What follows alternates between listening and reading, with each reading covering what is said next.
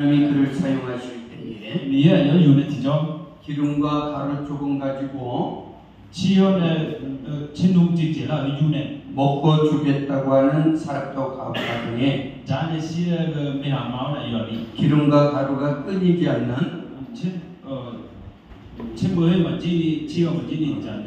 놀라운 축복을 주었던 엘리야였습니다. 또 그 가정에 하나밖에 없는 아들이 죽었을 때에 그 죽은 아들을 살리는 기적의 역사를 베푼 종이 엘리야였습니다. 이스라엘 땅에 3년 6개월 동안 비가 오지 아니할 때에 그가 하나님 앞에 간절히 기도하니 하늘에서 비가 내리는 역사를 이루었던 능력의 종이 엘리야였습니다.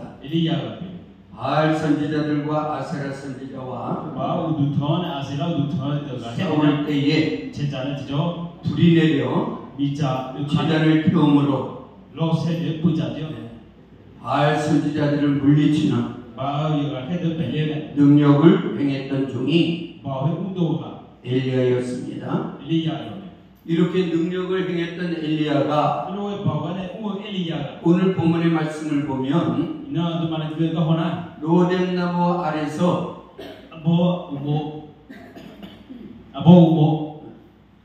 하나님 앞에 죽기를 간구하는 거예요. 오늘 그것을 통해서 우리에게 무엇을 보여주는가? 저와 여러분들도 하나님의 일을 감당할 때에 큰 기적의 역사도 체험하지만 정말 죽고 싶을 때가 있어요. 그런데 오늘 엘리야가 왜 죽기를 간구하게 되어지느냐? 이유가 있습니다. 여러분들 성경에 보면 3절 말씀에 보면 그가 이 형편을 보고 일어나 무엇을 보았느냐? 형편을 보았다는 거예요. 하나님을 바라보고 주님을 바라보는 엘리야가 하나님을 바라보지 못하고 형편을 바라볼 때 낙심할 수밖에 없음을 우리에게 보여주고 있는 줄로 믿습니다. 예를 들면 이스라엘 백성들이 애굽에서 나올 때에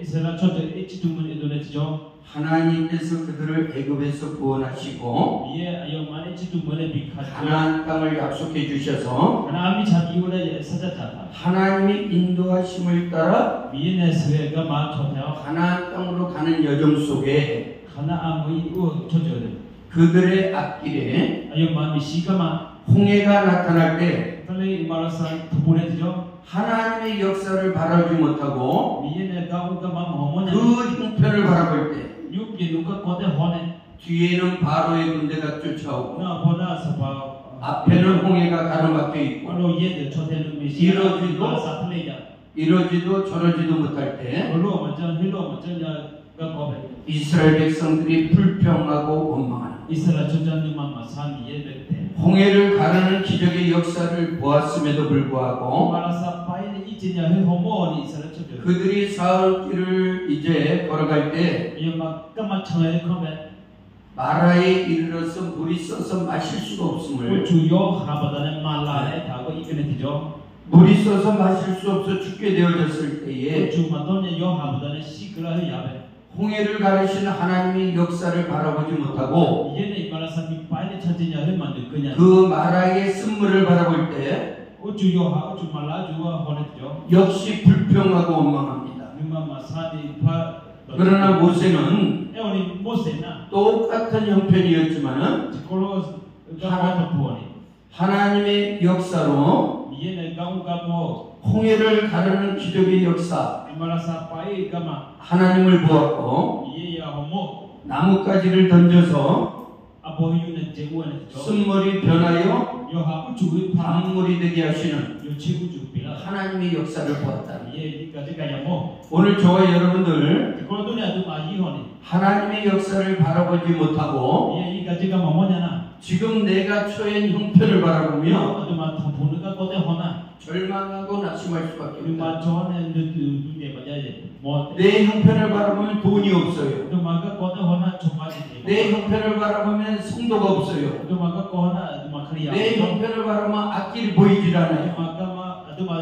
그 형편을 바라보면 낙심하고 절망할 수밖에 없다.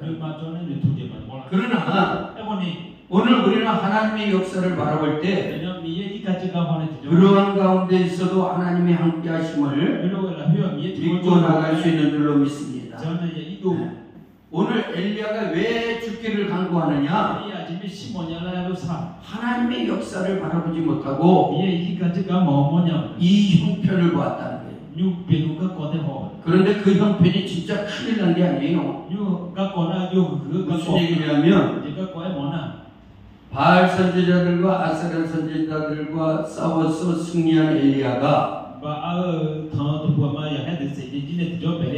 아세라니 바알 선지자들을 다 물리치죠. 이 이야기를 들었던 아합의 부인 이세벨이 야 하나님은 사람이시구나.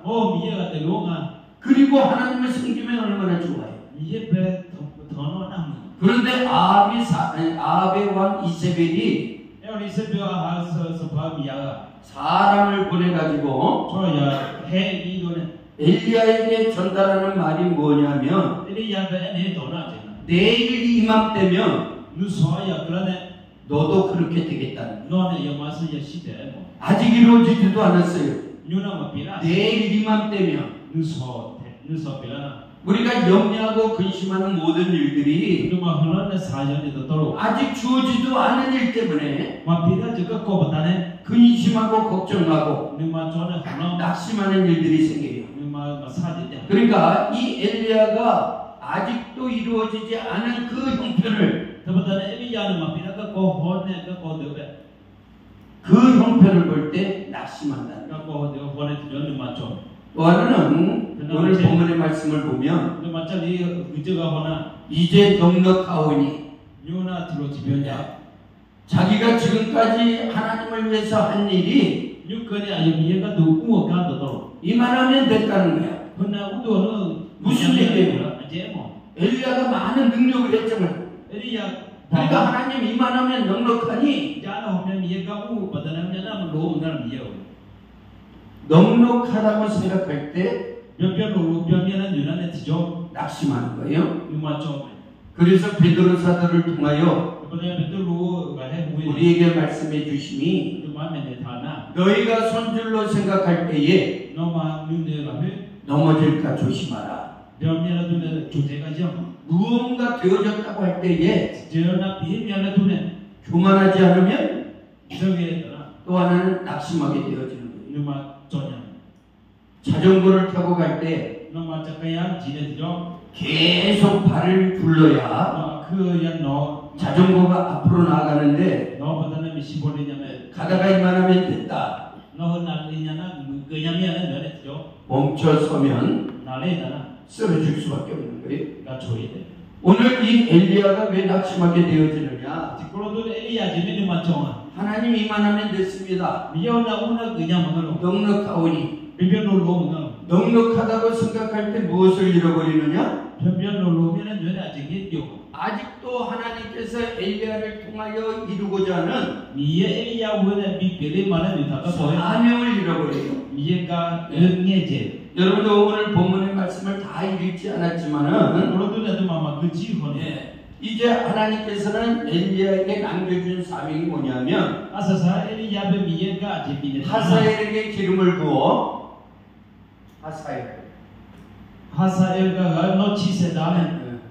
아람 왕이 되게 하고 또 예후에게 기름을 부어서 이스라엘의 왕이 되게 하고 또 엘리야의 후계자로 엘리사를 세워서 그 뒤를 이어서 하나님의 일을 감당하게 하는 그 사명이 있음에도 하나님 넉넉하오니 넉넉하다 보니까 엘리야에게 주어진 사명을 잃어버림으로 낙심하게 되어지죠. 오늘 저와 여러분들이 왜 우리가 낙심하게 되어지느냐? 하나님이 저와 여러분들을 통해서 이루고자 하는 일이 있는 줄로 믿습니다. 근데 그 사명을 잃어버리면 낙심하는 거예요. 그 사명을 잃어버리면 사람이 보이기 시작을 해요. 그 사명을 잃어버리면 사람이 보이는 거예요. 왜 그러냐? 그 사명을 잃어버리니까 이세벨이 보낸 사람이 보이는 거예요. 사명을 잃어버리면 환경이 보이는 거예요. 그래서 우리가 하나님의 사명을 굳건히 잡을 때 여러분의 사명이 분명하면 환경의 지배를 받잖아요. 왜? 하나님이 나를 통해서 한 영혼이라도 구원하시겠다고 하는 분명한 사명을 깨달을 때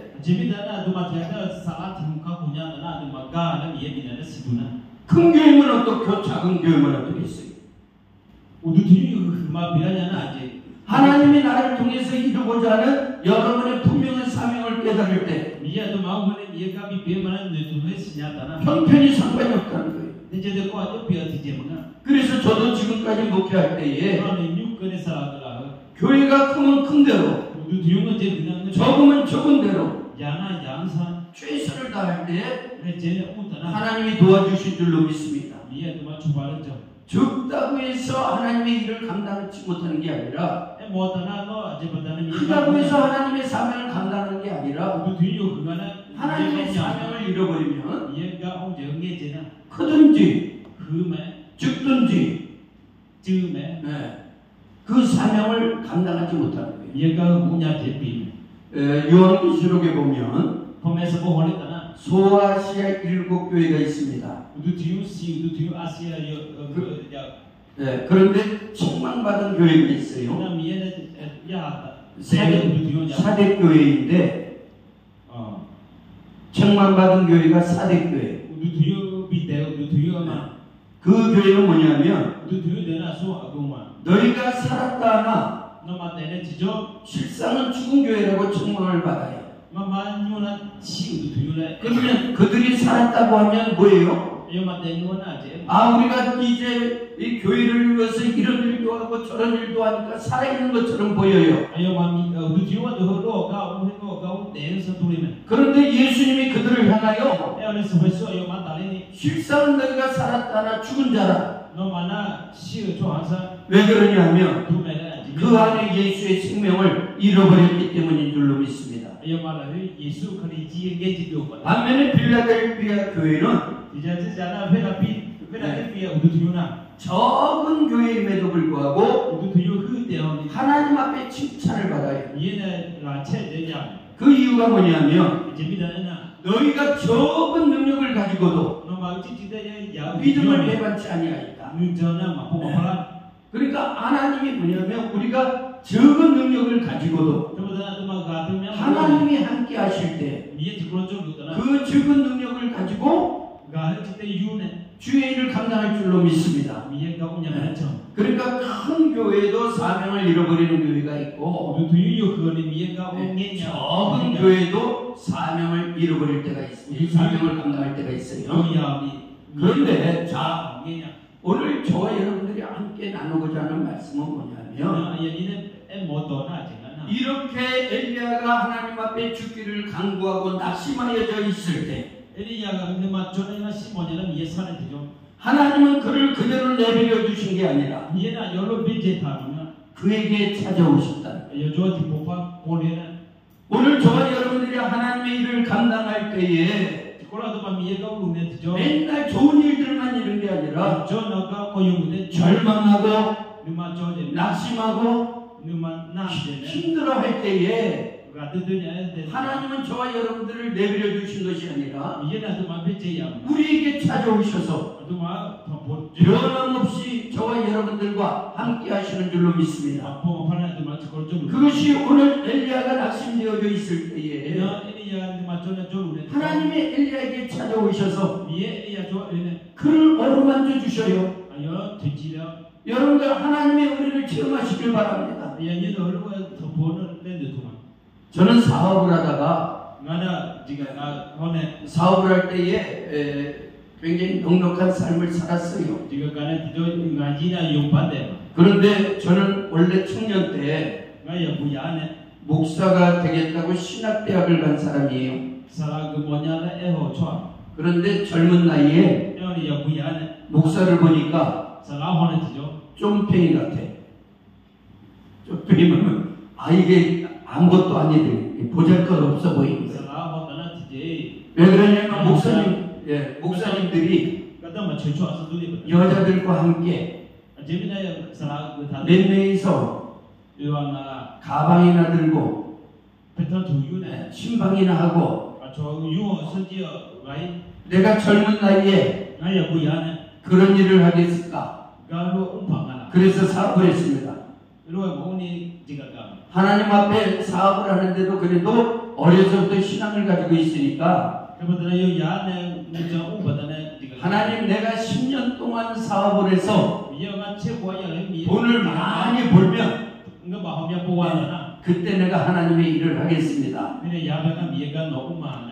하나님은 저를 사랑해 주셔서 10년 동안 사업을 할 때에 대한민국 서울에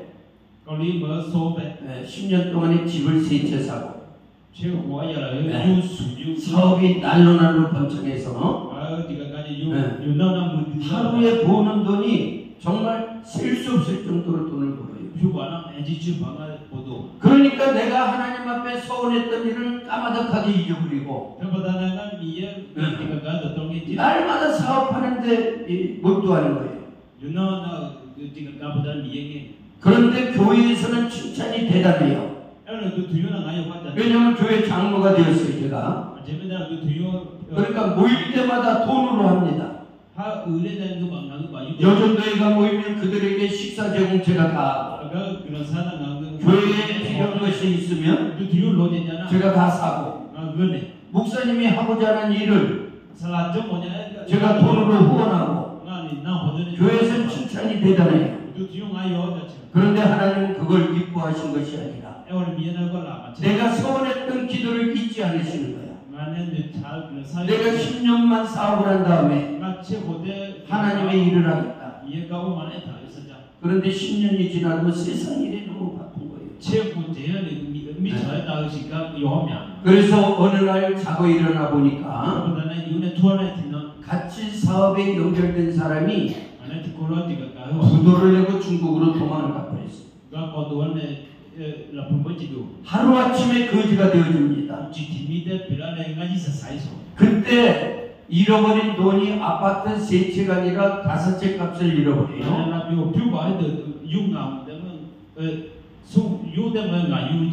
그러니까 자다가도 벌떡 일어나. 너무 힘든 거예요. 네. 그때 제가 사람이 폐인이 되고 사람이 돈 때문에 자살을 하고 사람이 돈 때문에 사람을 죽인다고 하는 그 심정을 그때 알게 된 거예요. 그때 그럼에도 불구하고 조그만 믿음이 남아있기 때문에 제가 그 문제를 놓고 기도원에 올라가서 하나님 앞에 엎드려 기도하기 시작을 했습니다. 나는 하나님이 나를 버리셨다고 생각을 했는데 왜 그러냐면 내 모든 재산을 걷어갔기 때문에 하나님이 나를 버리셨다고 생각을 했는데 그때 기도하는데 이것은 제가 체험한 거예요. 여러분들과 똑같은 은혜를 주시는 게 각자 주어지는 은혜가 있는 줄로 믿습니다. 제가 하나님 앞에 기도할 때에 주변이 안개와 같이 꽉 차. 하나님의 영광으로 가득 차요. 그러면서 이제 주님이 나를 푸근히 안아주시면서 나를 어루만져 주시면서 그럼에도 불구하고 주님이 저에게 말씀하시니 그럼에도 나는 변함없이 너를 사랑하노라. 오늘 절망하고 나신 가운데 있는 이 엘리야에게 하나님은 그를 잊지 않으시고 그때에 그를 찾아오셔서 어루만져 주시고 있다는 거예요. 우리 사랑하는 동역자 여러분, 여러분들이 절망하고 낙심 가운데 있을지라도 하나님은 저와 여러분들을 잊지 않으시는 줄로 믿으시길 바랍니다. 내가 낙심 가운데 있을 때, 슬픔 가운데 있을 때, 절망 가운데 있을 때, 그럼에도 불구하고 하나님은 저와 여러분들을 기억하시고 우리에게 찾아오셔서 우리의 눈물을 닦아주시고 우리를 어루만져 주시고 오늘 엘리야에게 뭐예요? 물과 떡을 먹여 주시는 하나님. 오늘 낙심하고 절망 가운데 있을 때 우리에게 찾아오셔서 생명의 떡이신 예수님이 우리에게 말씀의 떡을 주시고 물이라고 하는 성령으로 우리에게 채워주시고 하나님의 말씀으로 성령의 힘으로 다시 일어날 수 있도록 인도해 주시는 줄로 믿으시길 바랍니다. 그것이 하나님의 은혜예요. 하나님은 변함없이 저와 여러분들과 함께 하심에도 어떤 이는 그 하나님의 은혜를 체험하는 이가 있는가 하며 어떤 이는 하나님의 함께 하심에도 불구하고 그 하나님의 은혜를 체험하지 못하는 경우가 있어요. 어제도 말씀드렸죠. 목회하면서 주변에 일어나는 일들 때문에 제가 너무 힘들어요. 왜 하나님의 일을 감당하는 목사님을 불러가십니까? 복음을 전하는 목사님의 발을 왜 잘라야 됩니까? 우리 생각으로 이해할 수 없는 일들이 주변에 너무 많이 있어요. 그럼에도 불구하고 하나님은 낙심이 있는 저에게 환상을 보여주시고 어루만져 주시고 심지어 찬양 하나를 통해서도 새로운 힘을 얻도록 인도해 주시는 줄로 믿습니다. 그게 뭐냐면 똑같이 새벽 기도를 하는데 우리 성도들 많이 와요. 그런데 하나님이 보여주시는 그 환한 구름을 나밖에 못 봤어. 같이 오는데도. 그래서 제가 사진을 찍어서 우리 성도들에게 보여줬을 때 깜짝 놀라는 거예요. 같이 오면서도 그것을 보는 이가 있는가 하며 같이 오는데도 보지 못하는 이가 있어. 같은 음악을 보내주는데도 그 음악을 듣고 깨닫는 이가 있는가 하며 한쪽으로 그냥 밀어놓는 이가 있어요. 저는 그 찬양을 부르면서 요즘에 힘들고 어려울 때마다 그 찬양을 불러요. 아직 공개되지 않은 찬양입니다. 그럼에도 나에게 너무 힘이 되어지는 찬양이기에 나 혼자 불러요. 같이 불러도 누가 아는 사람이 있어요. 그리고 주님이 그에게 물과 떡을 먹여주시면서 그가 다시 일어날 때에 엘리야가 들었던 음성이 있어요. 여러분들 계속해서 하나님의 말씀을 한 절 한 절 자세히 읽으면 엘리야가 세미한 음성을 들은 줄로 믿으시기 바랍니다. 그런데 그 세미한 음성이 누구에게 들리느냐? 주의 음성에 귀를 기울이는 자가 듣는 줄로 믿습니다. 바람 소리에도 하나님이 계시지 않았고 폭풍 속에도 하나님이 계시지 않았고 불꽃 같은 가운데서도 하나님이 계시지 않았고 엘리야는 세미한 음성을 듣는 거예요.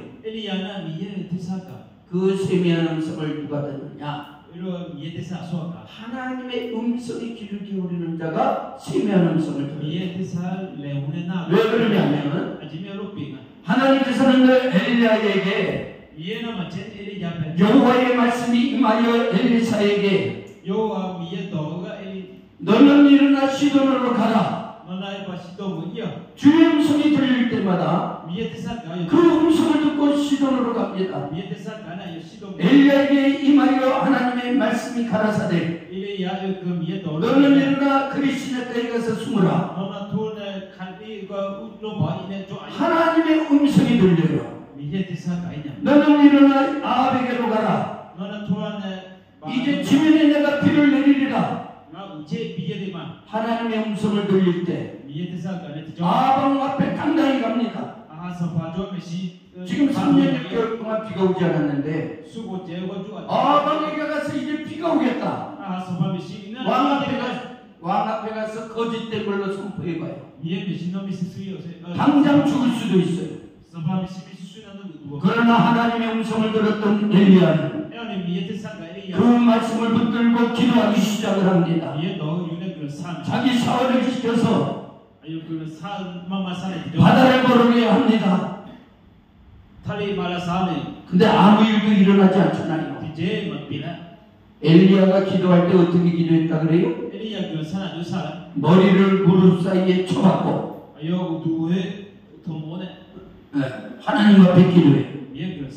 제가 기도할 때 제가 기도원에 올라가서 21일 다니엘 기도 21일 아무것도 안 먹고 기도할 때 21일을 기도하는 거예요. 첫날 올라가서 나도 엘리야와 같이 기도하겠다. 머리를 무릎 사이에 쳐박고 기도하겠다. 그런데 해봤어요. 그런데 배가 불뚝 나와가지고 무릎 사이에 쳐박기는커녕 근처도 안 가. 그런데 21일을 금식하면서 생명을 걸고 기도할 때 그때 머리가 무릎에 닿더라고요. 제가 그 엘리야를 보면서 엘리야가 무릎 사이에 머리를 놓고 기도했다고 하는 것은 생명을 걸고 기도하는 거예요. 생명을 걸고 기도할 때 그러면 기도하면 번쩍번쩍 비가 내려야지. 사연에게 가서 뭔가 떠오르는 거 봐라. 근데 아무 이상도 없어요. 그러나 엘리야가 계속 기도할 때 그 사원이 바다에서 손바닥만한 구름이 떠오르나이다.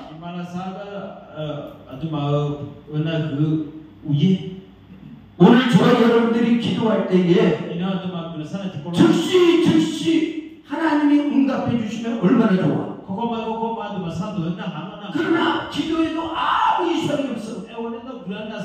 그럼에도 불구하고 변함없이 기도할 때 하나님은 저와 여러분들에게 손바닥만한 구름을 떠오르게 하시는 줄로 믿습니다.